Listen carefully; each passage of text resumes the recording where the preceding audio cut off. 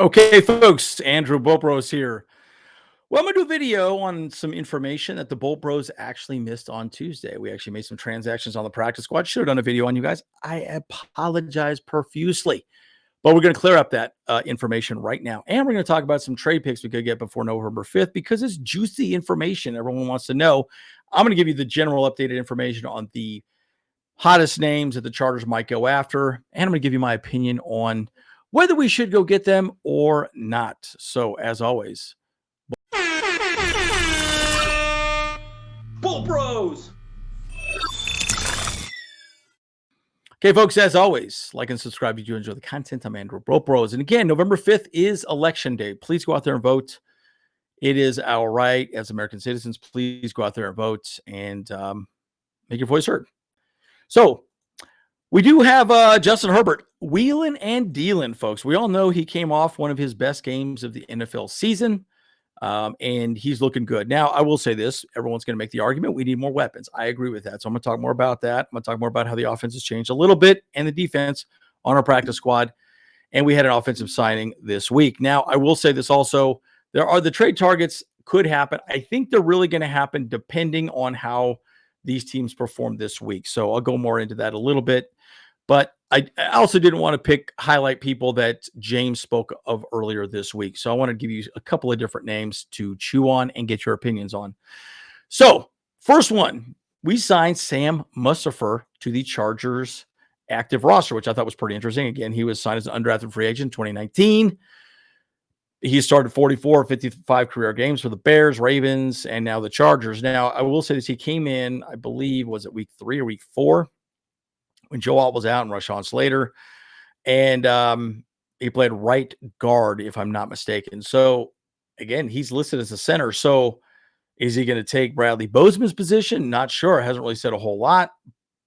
But, okay. We'll see how it plays out. I could see him also potentially stepping in for the left guard position, right? Zion Johnson has not quite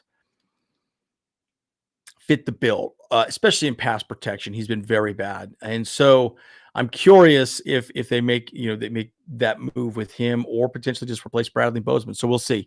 Probably talk more about this on our video on Saturday. So stay tuned when we get more information. Another transaction, we signed this young man right here, undrafted free agent, linebacker, edge rusher, Caleb Murphy from Division II Ferris State. Yes, I've never heard of that place either. I think maybe I've heard of it. Did see the movie Ferris Bueller's Day Off. Have no idea if it has any relation. Probably not. But my point is, this young man balled in 2022. 25 and a half sacks. Holy shnikes. And 39 tackles for loss during the 2022 season. He was named the Ted Hendricks Award. No idea what that is, but it's an award nonetheless, right? So he did good. He did good, guys. Good enough to get drafted by the Titans, and now we got him on our practice squad. Very interesting. So we'll see how it plays out. Again, we don't know the situation. Rumpshaker's still, on the IR. Actually, I don't even know if he's still on the roster. I haven't looked for such a long time. But Joey Bosa seemed to be banged up after that game. No surprise there. So we'll see what happens. Caleb Murphy. So, again, he's on the practice squad at this moment. Another interesting one that I had no idea, completely missed this as well, Kall Williamson. Signed cornerback to the practice squad. Holy smokes, no clue. He's Stanford Cardinal. Okay, interesting. He went to the Bears, 2023 NFL draft, picked 258 overall by the Bears. Then he went to the Bills on the practice squad. Anyways, 49 career games, 38 starts, 2028 to 2022 at Stanford. Did very well. Tommy Cardell Award. Awards are good. Obviously, you've done something good. Okay, we'll see what happens, but he's compiled 203 total tackles, 140 solo tackles. The guy could put people on the ground, which is pretty good. So clearly, there's some good things there, right? A lot of passes defended, 1 interception at Stanford. Hey, he's on the practice squad. We'll see if he gets elevated. I really don't want to see more injuries in the cornerback room, personally, folks. I think there's some cornerbacks we could even go after, free agency potential we could go after. But it's good to know Kall Williamson is on the practice squad right now. So let's talk about some trade targets. I wanted to get into this conversation because there are some people. Now, I'm going to just give you a blanket statement of my opinion of players coming in mid-season, right? You go out and spend some money. You get a guy right now. I'm not in favor of really bringing somebody in, but the argument could be made. You bring somebody in now, maybe give them a week or two to gel with Justin Herbert. By the time you make it to the playoffs, knock on wood, we make it to the playoffs, they will be ready to perform. Now, I do think there's positions like the offensive line and defensive line that are even more difficult because you have to work in tandem. It's a little different when you're a wide receiver or potentially a running back, A gap, B gap, wide receiver, flat post, whatever. Kind of the same thing, right? Over and over again.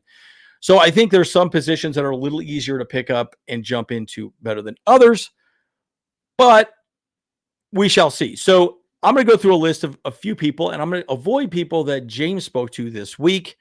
These guys are food for thought. What do you guys think? So first one on the list is a controversial one, guys. You're saying, well, Andrew, why are you showing me a picture of Josh Palmer, Will Dissly, and Quentin Johnson? Well, just look at Josh Palmer right there.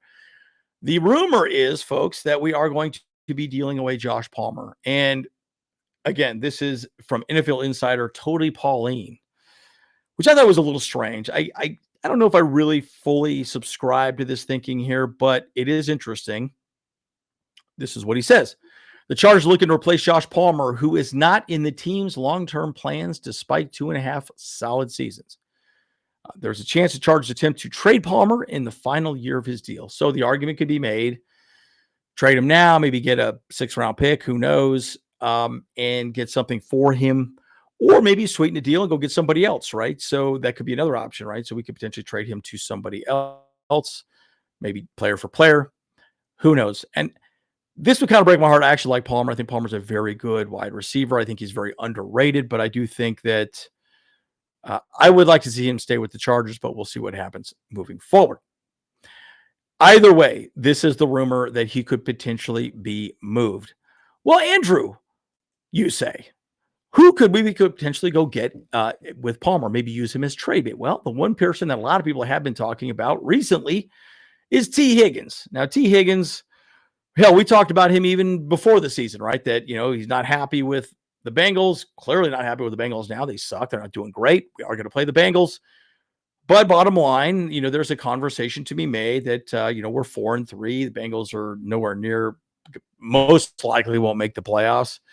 Dump him off, go from there. But I think he would fit very well in the Chargers. A lot of people think he'd be good.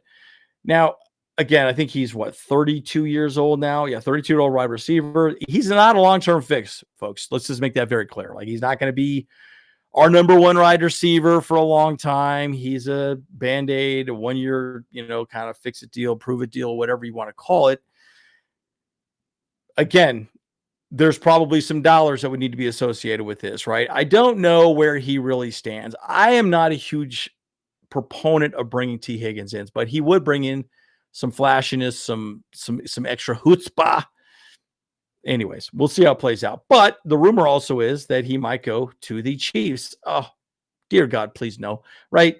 Come on. We don't need them. They already got DeAndre Hopkins. You don't need T. Higgins over there. You don't need to give them more firepower. Come on. We don't want that. So my point is, if it comes down to it, trade hey, Bengals, we'll give you Josh Palmer, give us T. Higgins. We have him for half a year. Here's a 7th-round pick also, or a 6th-round pick. Who knows? Yeah. Eat up some of his salary. See how that plays out. But T. Higgins is a person. What do you think about T. Higgins as a potential person we could bring in or trade away Palmer to go get? I want to hear your thoughts. Now, another guy that I thought was really interesting. Actually, my brother talked about this, I believe. When did we talk about this? I think we talked about it on our post-game show, I think on Sunday after the game. Adam Thielen. Okay. Now, here's the thing about Adam Thielen, right? He's getting up there. He's 34 years old. Okay. He's 6'2", 195, bigger target. Look, he's a veteran, right? I think there's some things about that. Being a veteran's a good thing. I think there's some things that could work synergistically with him.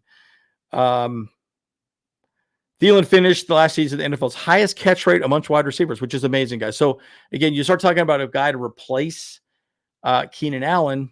Adam Thielen's kind of that guy, right? And so he's extremely high catch rate of 75.2% of his passes coming from a arguably crappy quarterback, right? So you got someone like Justin Herbert, you would argue that number would go up, right? So I like it. Guys, last year he did great.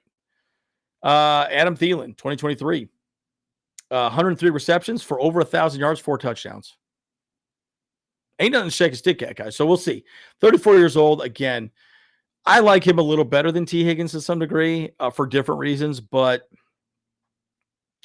I don't know.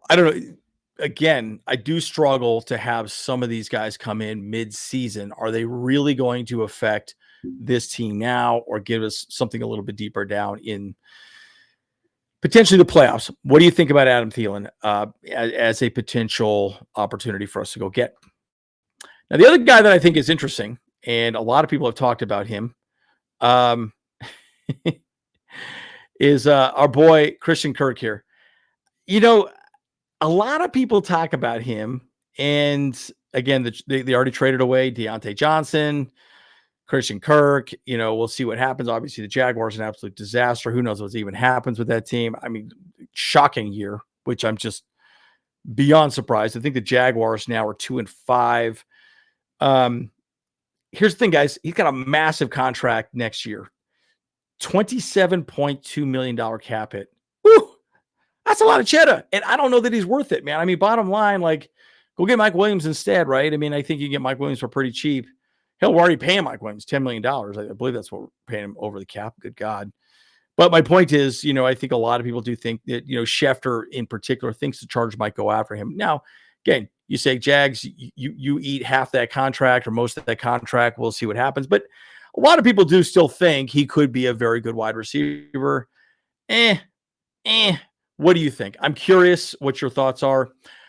Again, Christian Kirk, we'll see how that plays out. Now, an interesting one that I think is probably a little less likely is Devon Goshaw, right? He's actually a defensive lineman.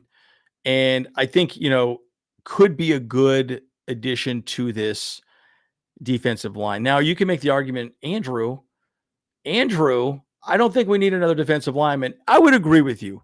But we are rotating a lot of defensive linemen, folks. So if you noticed, this last week alone, Teair Tart only had 20 defensive snaps. Right? He's out there 20 times a game. That's it. This guy would give us some additional rotation on the defensive line so these guys can stay fresh and continue to stop the run. I like the idea, but he's extremely expensive. This guy is not cheap. What was the contract? Someone says trade for $18 million lineman. Yeesh. A lot of money, right? So I don't know. I mean, again, how much money is available? But again, the Patriots are 2-6. Could make some sense. Personally, I would rather go after a corner, right? So maybe we talk about that a little later on. Maybe we'll have a conversation on Monday about that. We might go live and do something on Monday and just talk about potential trade targets and see what happens. But I am very curious to see how that plays out, right? But again, this guy could give us a little bit more depth on the defensive line. This guy's big butt and gut, man. He can move bodies, and that's what you need on the defensive line, folks, right? So I see the value. It makes sense. I understand it, but I don't know that I particularly think he's the right guy. But again, these are just some names to throw out. What do you guys think? Do you like this list? Do you not like this list? You agree with this list? You disagree with this list? What do you think, guys? Again, we are going to be doing our pregame show, to kind of a little hors d'oeuvre to the Browns-Chargers game tomorrow. And then we're going to go live on Saturday. We'll talk more about these things moving forward. As always, Andrew Bopro. See you guys in the next one. Hey, what's up? Cameron Dick here watching Bolt Bros podcast.